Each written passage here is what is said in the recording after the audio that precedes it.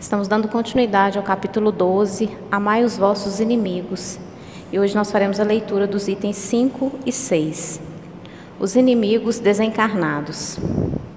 Item 5. Tem o espírita ainda outros motivos de indulgência para com seus inimigos. Sabe ele, primeiro, que a maldade não é o estado permanente dos homens, que ela se deve a uma imperfeição momentânea, e que, do mesmo modo que a criança se corrige dos seus defeitos, o homem mau reconhecerá um dia seus erros e se tornará bom.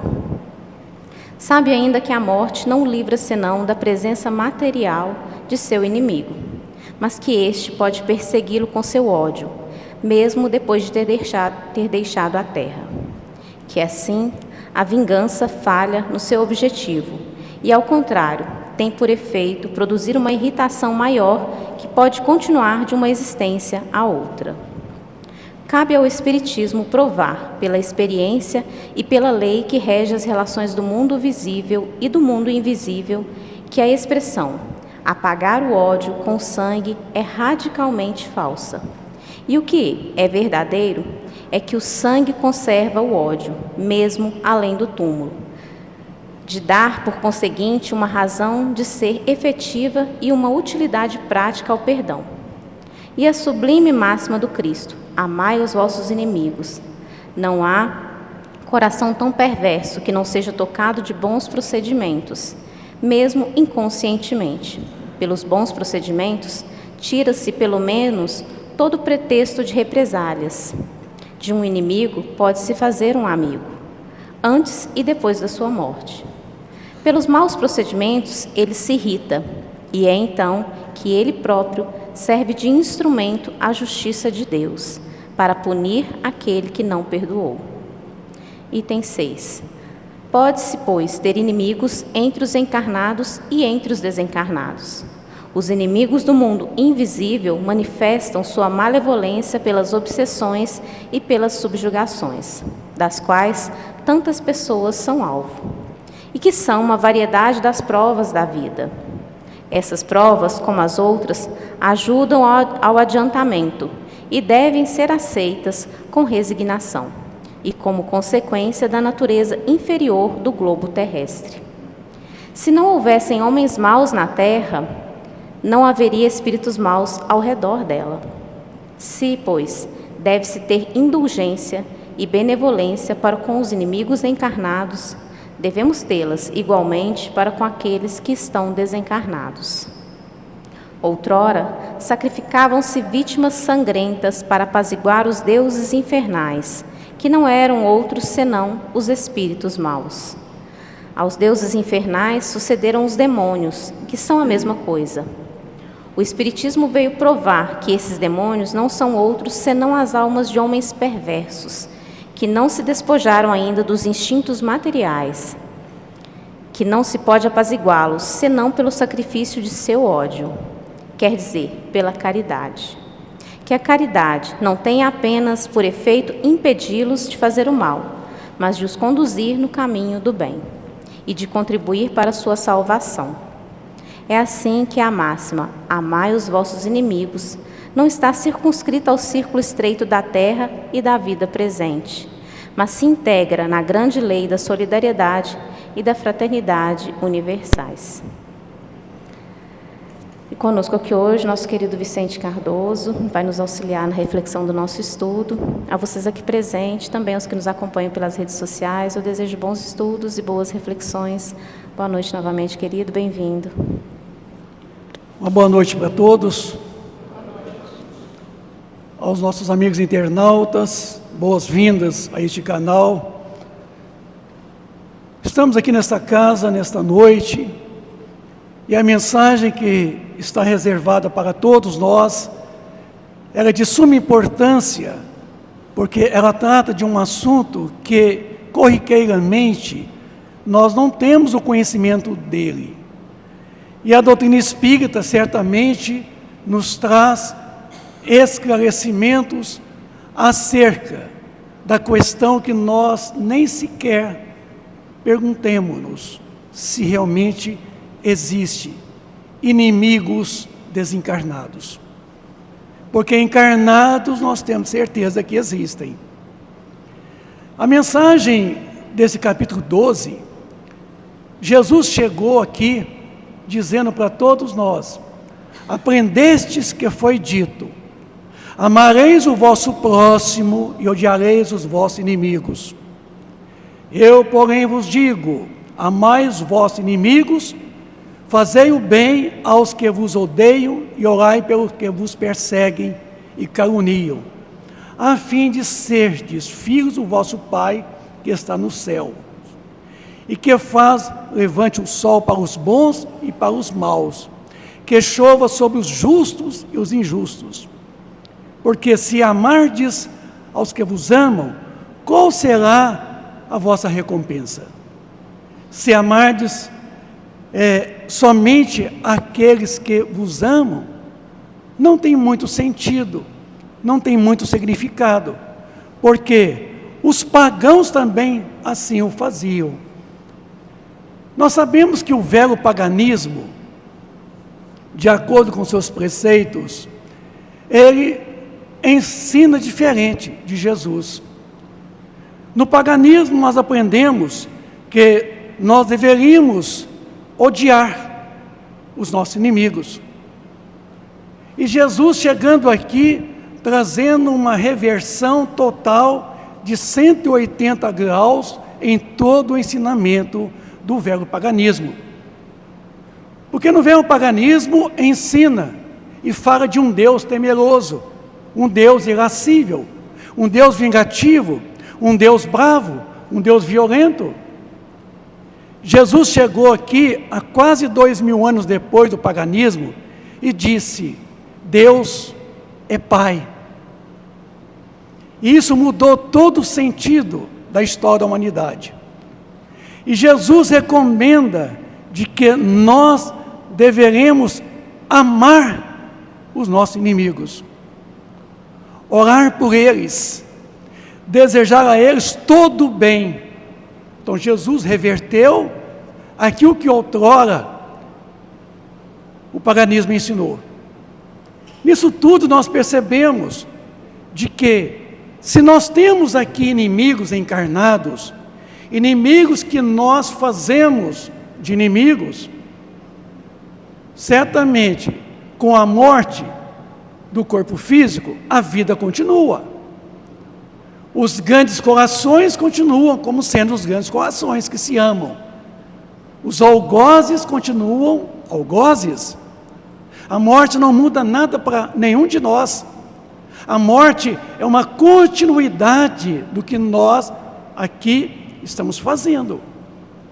Então, com isso, a gente percebe uma frase muito interessante que fala assim: morto o cão, extinto a raiva? Não.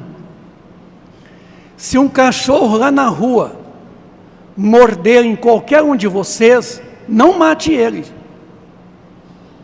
Pegue esse cachorro, leve para sua casa, trata ele com as melhores rações, filé mignon, durante 7 dias no mínimo.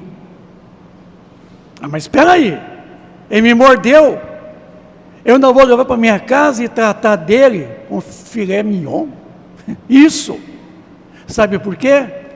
Porque se esse cachorro tiver o vírus da hidrofobia, é o vírus da raiva, em 7 dias você vai manifestar a infecção pelo vírus. Aí você vai morrer.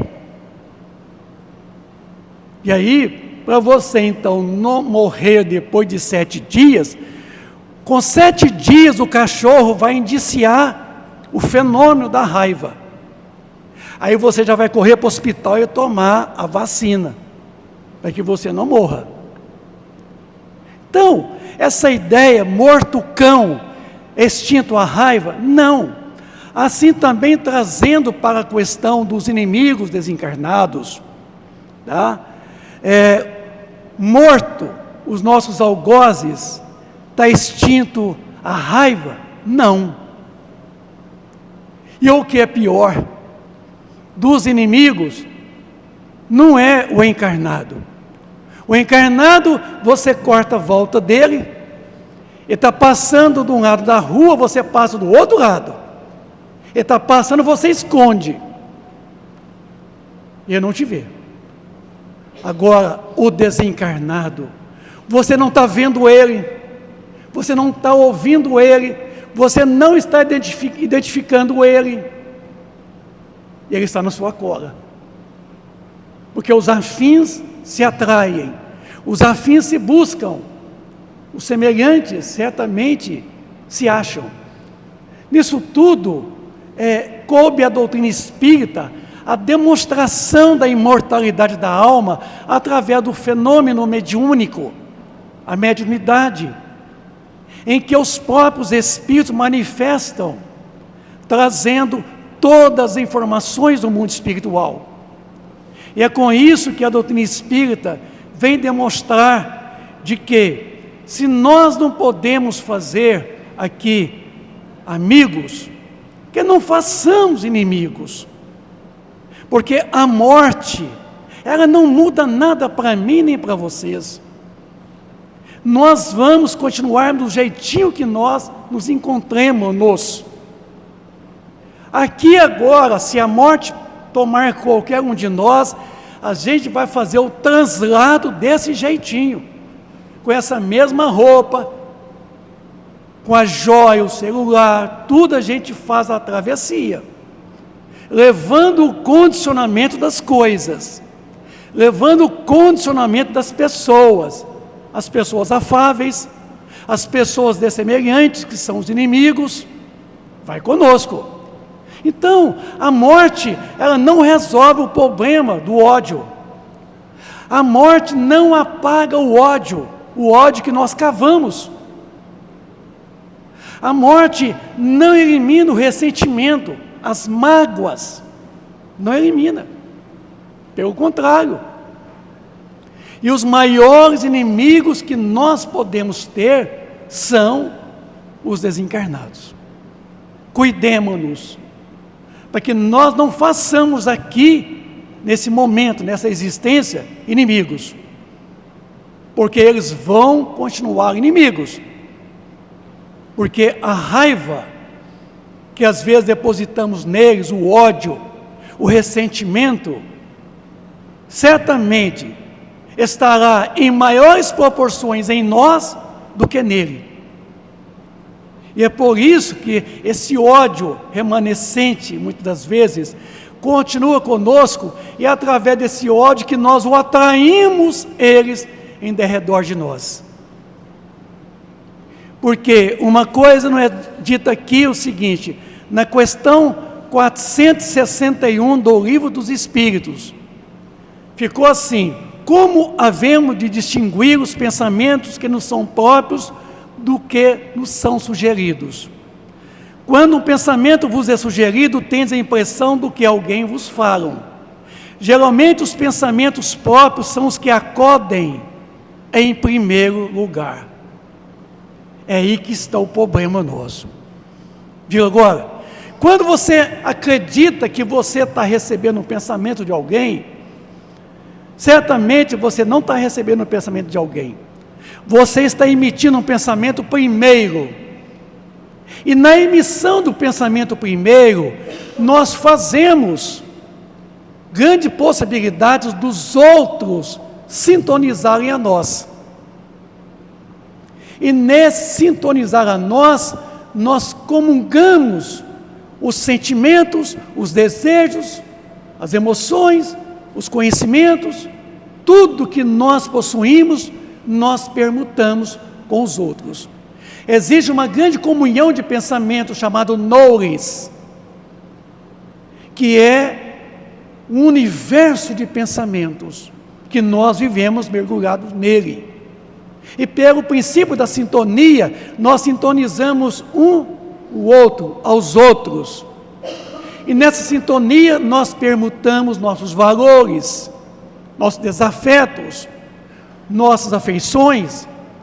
E com isso, a gente recorre à questão 467, que eu quero ler para vocês. Pode o homem eximir-se da influência dos espíritos que nos arrastam para o mal? Então quer dizer, nós podemos ficar livres da influência dos espíritos que nos arrastam para o mal? A resposta foi assim: pode, visto que tais espíritos só se apegam aos que, pelos seus desejos, os chamam, ou aos que, pelos seus pensamentos, os atraem. Então, meus amigos, a questão está com a gente.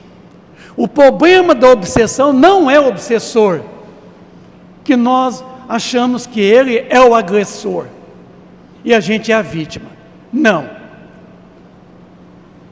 O problema da obsessão somos nós, obsediados. Porque somos nós que fornecemos o primeiro pensamento. E pelo pensamento nós emitimos nossos desejos. E pelo pensamento nós podemos concitá-los e atraí-los em derredor de nós. E assim é pelos vícios, pelas mazelas, pelos maus hábitos, pelos maus pensamentos, nós fazemos essa nuvem de testemunhos, segundo Paulo de Tarso.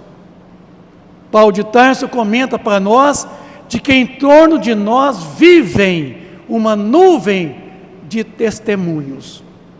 Na questão 459 do Livro dos Espíritos, ficou assim: podem os espíritos influir sobre os nossos pensamentos e atos? A resposta foi muito clara: muito mais do que imaginais, porque de comum são eles que vos dirigem. Por aí dá para a gente notar agora o quanto nós somos o tempo todo, às 24 horas de um dia, influenciado pelos espíritos. Mas eu acho interessante a pergunta, porque a palavra espírito, ela foi colocada de uma forma, assim, muito singular, porque perguntou: podem os espíritos? Ele não falou espíritos superiores ou inferiores, ele deixou em linhas gerais: podem os espíritos influírem sobre os nossos pensamentos? Sim, muito mais do que imaginais, porque de pronto, de ordinário, de comum, são eles que vos dirigem o tempo todo. Agora perguntemos aqui agora, nesse momento, qual é a natureza do espírito que nos influenciam? Dependerá de cada um de nós, do nosso modo de pensar, de viver, de relacionar, de desejar, da nossa vida viciosa, não somente pelos maus hábitos, certo? Do álcool, da droga, do cigarro, mas também da maledicência, que talvez é a pior droga, que é a língua infamante, a calúnia, a difamação. Nisso tudo, façamos que somos nós aqueles que o atraem eles em derredor de nós. Eles pululam em torno de nós, e nessa relação nós comungamos nossos pensamentos e nossos sentimentos. E queremos muitas vezes acusá-los de ser eles o problema da obsessão, mas não é. Cuidemos nós aqui agora dos nossos pensamentos, que façamos deles os melhores pensamentos que nós pudermos realmente.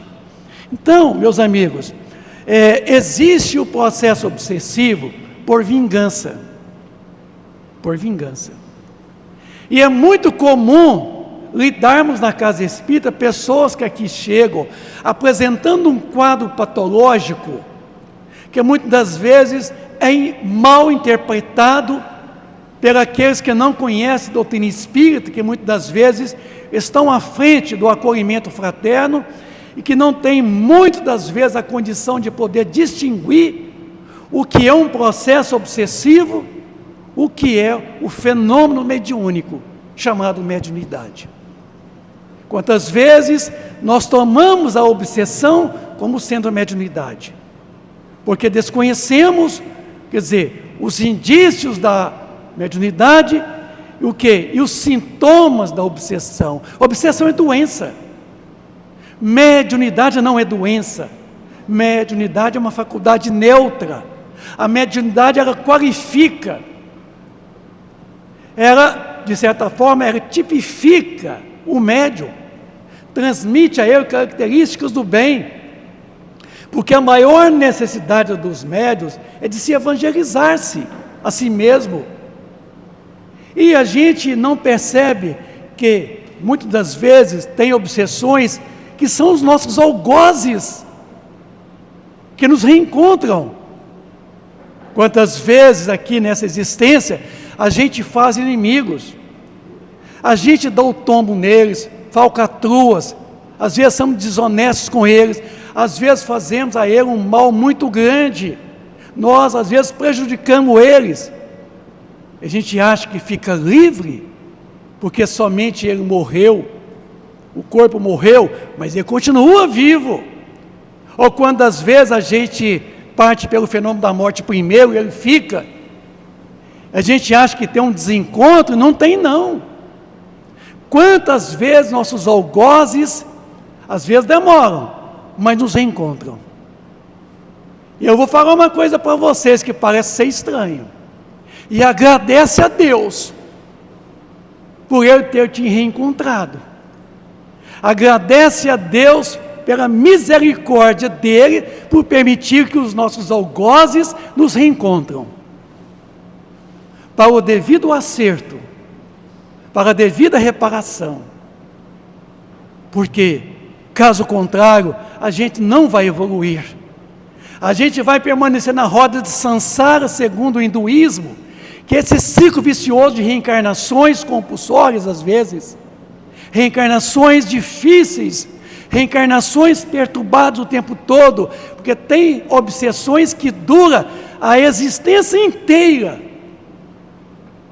A pessoa vive aqui 70 anos perturbado pela vingança dos algozes que vêm cobrar o acerto. E agradeça a Deus, porque se assim não fosse, quando é que nós ficaríamos livres daquilo que nos prende a Ele ainda, que é o ódio remanescente, porque o ódio é o veneno que a gente bebe e quer que o outro morra. O ódio é isso. O ódio é você estar bebendo veneno e desejando que o outro morra. Isso aqui é o ódio. Então, a questão é essa. Nós temos supostamente uma espécie de mochila, aonde a gente vai depositando tudo, nossos vícios, nossas mazelas, nossas faltas, vai enchendo essa mochila, e ela vai pesando, e nós precisamos, num dado momento, pegar essa mochila e arriá-la, colocá-la no chão, para aliviar esse peso que nós carregamos do ressentimento, do ódio.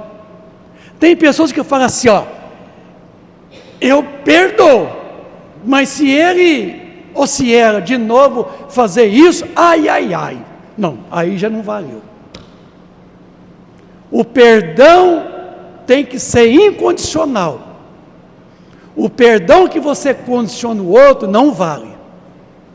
E o perdão sem o esquecimento da falta também não vale. Viu? Então, em tudo isso, a gente começa a perceber de que esses algozes, que são esses espíritos desencarnados, que permanecem ainda voltados para a atitude da vingança, eles vêm justamente para um acerto. E valoroso esse acerto se faz quando de bom grado. Aceitemos e aprendemos a conviver com eles e agradecendo a eles. Sabe por quê? Porque quando eles nos reencontram, nossos algozes, eles vêm nos apontar os nossos defeitos, eles vêm nos apontar as nossas faltas. Viu agora? Ele vem dizer assim, Vicente, você precisa mudar aqui, você precisa renovar-se nesse aspecto. Vicente, você ainda está assim, ó. Você tem que mudar. Então, são os nossos verdadeiros professores, que nos ensina a renovação constante, que nos chama a nossa atenção. Então, nós podemos reencontrar também os nossos afetos. Não é somente desafetos, não. Quantas vezes aqui nós fizemos também grandes corações, grandes afeições, grandes amores. Quantas vezes o marido conduz a esposa para os vícios, para as mazelas, mas às vezes a esposa conduz o marido também para os vícios, para as mazelas, para os erros, para as faltas. E aí nós ficamos comprometidos um com o outro e precisamos reencontrar. E quantas vezes esses supostos grandes amores que nós tivemos em outras existências nos reencontram para, de novo, repararmos o mal, que são coniventes, que foram coniventes e que conviveram também. E aí nascem processos obsessivos pelos vícios, pelas mazelas, pela maledicência. Então, meus amigos, a doutrina espírita, ela coloca de que nós devemos aprender uma coisa. Jesus, quando aqui esteve entre nós, ele disse que nós haveríamos de amar a Deus sobre todas as coisas e ao próximo como a nós mesmos. E nós temos essa dificuldade de aprender a amar, porque o amor não é que nós achamos, o amor não é o que nós temos na nossa fala diária, porque o amor é leis, o amor são as leis, porque ele falou: amarás a Deus sobre todas as coisas e ao próximo como a ti mesmo. Aí está todas as leis e os profetas. Então o amor é lei, é as leis divinas. Agora, essas mesmas leis divinas manifestam através dos planetas, dos sóis, das galáxias, através da gravitação universal, a gravidade. Essa mesma manifestação das leis divinas manifesta na matéria bruta, através da força de coesão, que é a força que une as moléculas e os átomos. Mas essa mesma força une os espíritos, as almas, chama-se afeição, o afeto. Então, o que tem que ser trabalhado entre todos nós é o afeto, é a afeição, é o sentimento que nós temos pelo outro. De quê? Um sentimento de troca, de igualdade, de nivelamento. Porque uma coisa que nos falta chama-se humildade. A humildade é o sentimento de nivelamento com a outra pessoa. E a gente nunca quer nivelar com o outro. A gente sempre quer estar acima do outro, acreditando ser melhor do que o outro. E na verdade, nós não somos melhor do que o outro. Quando Deus nos criou, Deus nos dotou das mesmas possibilidades, iguais. É a pergunta 115 do Livro dos Espíritos. Perguntou assim: por que Deus criou uns espíritos bons e outros maus? A resposta foi taxativa. Deus os criou simples e ignorantes, e deu a cada um as mesmas possibilidades. Ele não deu mais para um e menos para o outro, ele criou iguais. E nós somos iguais perante o ato da criação, porque nesse momento aqui agora nós não somos iguais. Aliás, nós nem sequer estamos iguais, porque cada um de nós aqui agora tem, entre aspas, uma idade espiritual. Cada um de nós aqui, de acordo com a reencarnação e as reencarnações, nós estamos em patamares diferenciados no progresso intelecto moral. Cada um de nós. Tem alguém mais ou menos, tem alguém mais e tem alguém super mais. Mas tem muitos, muito retrógrados na evolução. A própria reencarnação comprova as desigualdades. Na pergunta 55 do livro Consolador de Emmanuel, excelente livro de cabeceira, ele comenta que a questão da igualdade é utopia. É inviável querer estabelecer igualdade entre nós aqui e agora. Mas pelo fato de não estarmos aqui igualmente relacionados, não quer dizer que nós devemos trabalhar essa ideia da diferenciação um do outro. Não, pelo contrário. Por não estarmos iguais perante as reencarnações, porque cada um de nós aqui caminhou mais, o outro caminhou mais ou menos, o outro está caminhando menos ainda, o outro está parado, praticamente, quase não caminhando. Porque o saudoso Deolim de Amorim, um grande espírita carioca brasileiro, já falaram em suas belas poesias, que na evolução todos nós vamos. Alguém vai a pé, caminhando, alguém vai de bicicleta, pedalando, alguém vai de moto, alguém vai de carro, alguém vai de ônibus, aqueles ônibus da Cometa, alguém vai de avião. Quem vai chegar primeiro? A escolha é nossa. Querem ir a pé? Vá. Vai chegar lá? Vai. Quer tomar o avião? Pega o avião. Então quer dizer, que nós aprendemos aqui agora, de que a morte não resolve os nossos problemas. A morte não resolve as nossas dificuldades. A morte não apaga nossas faltas, não apaga o ódio, mas também não apaga o amor. A morte, como diz André Luiz no seu belo livro Nosso Lar, o que a vida começa, a morte continua. E assim, amigos espíritas, deparamos o tempo todo, quantas vezes a gente é muito perturbado espiritualmente. Todos nós, sem exceção, somos obsediados. Todos nós somos obsediados. Se alguém retrucar aí e falar para mim que não é, já é indício que já está fascinado, que é um grau mais intenso da obsessão. Porque segundo o capítulo 23 do Livro dos Médiuns, que fala das obsessões, coloca de que a obsessão se dá inicialmente por um processo de perturbação inicial, chamado obsessão simples. Se nós não cuidarmos dos pensamentos, dos desejos, dos sentimentos e dos nossos conhecimentos, do nosso modo de viver, de relacionar, esse vai instalando cada vez mais, vai aumentando o grau da perturbação. Aí atinge a fascinação.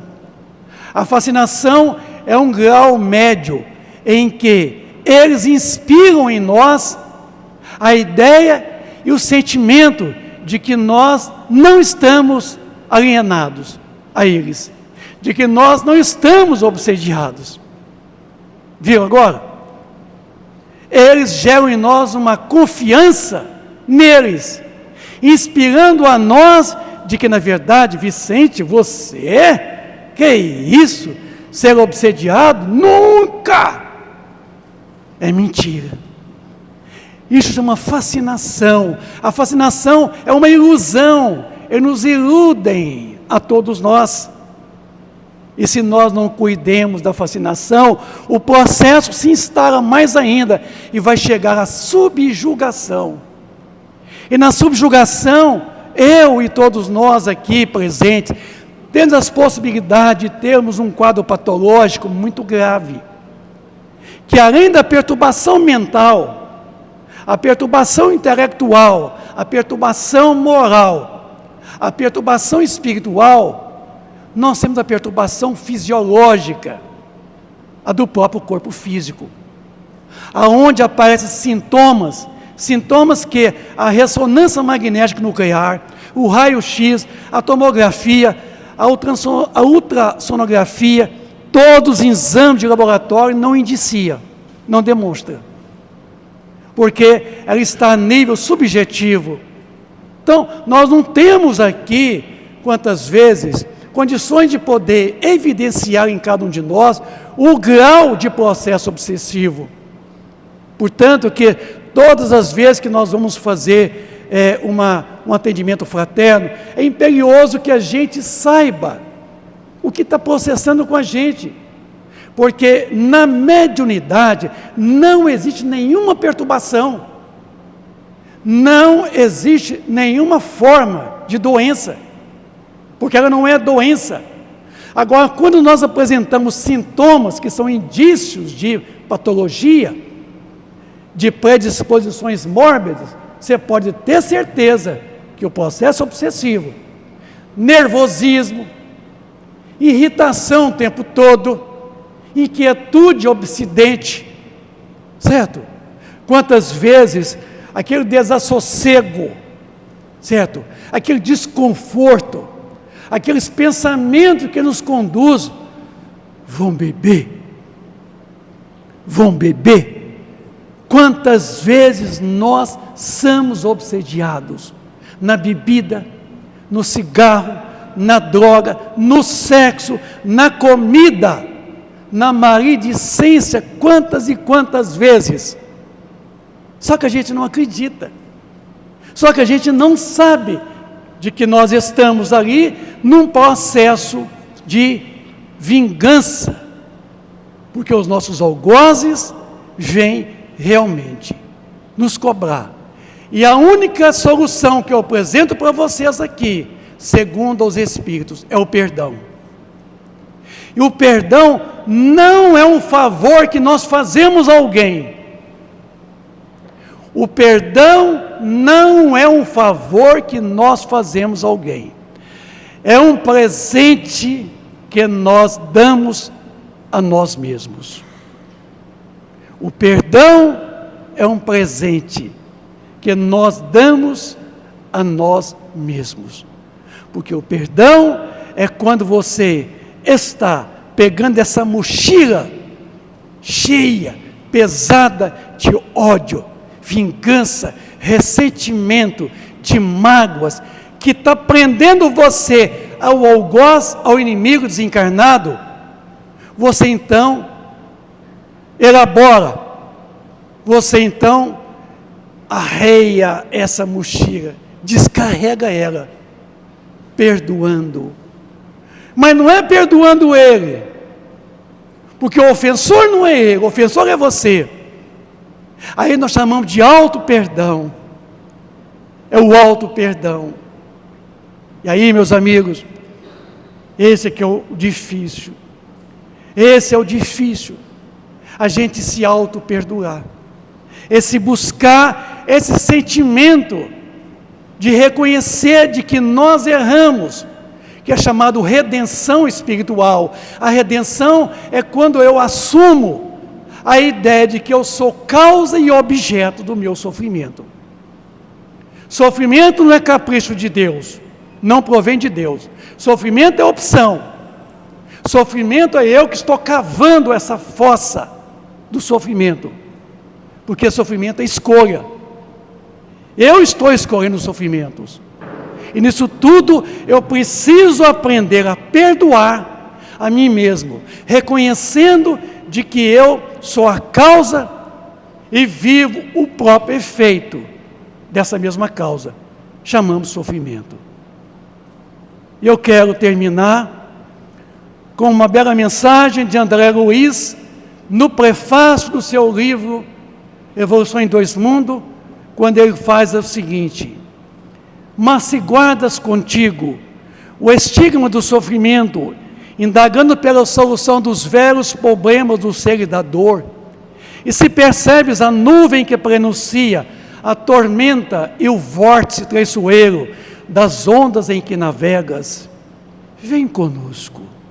Estudamos a rota de nossa última milenária romagem no tempo, para sentirmos o calor da flama do nosso próprio espírito a palpitar em morredouro na eternidade. E acendendo o lume da esperança, perceberemos juntos, em exaltação de alegria, que Deus, o Pai, de infinita bondade, nos traçou a destinação para além das estrelas. E para além das estrelas, nós reencontramos os nossos grandes guardiões, os nossos grandes protetores espirituais. E a eles nós, neste momento, pedimos a todos eles a proteção, o amparo a cada um de nós, que possamos sair desta casa um pouco melhor do que quando aqui chegamos ainda há pouco. Obrigado. Boa noite para todos.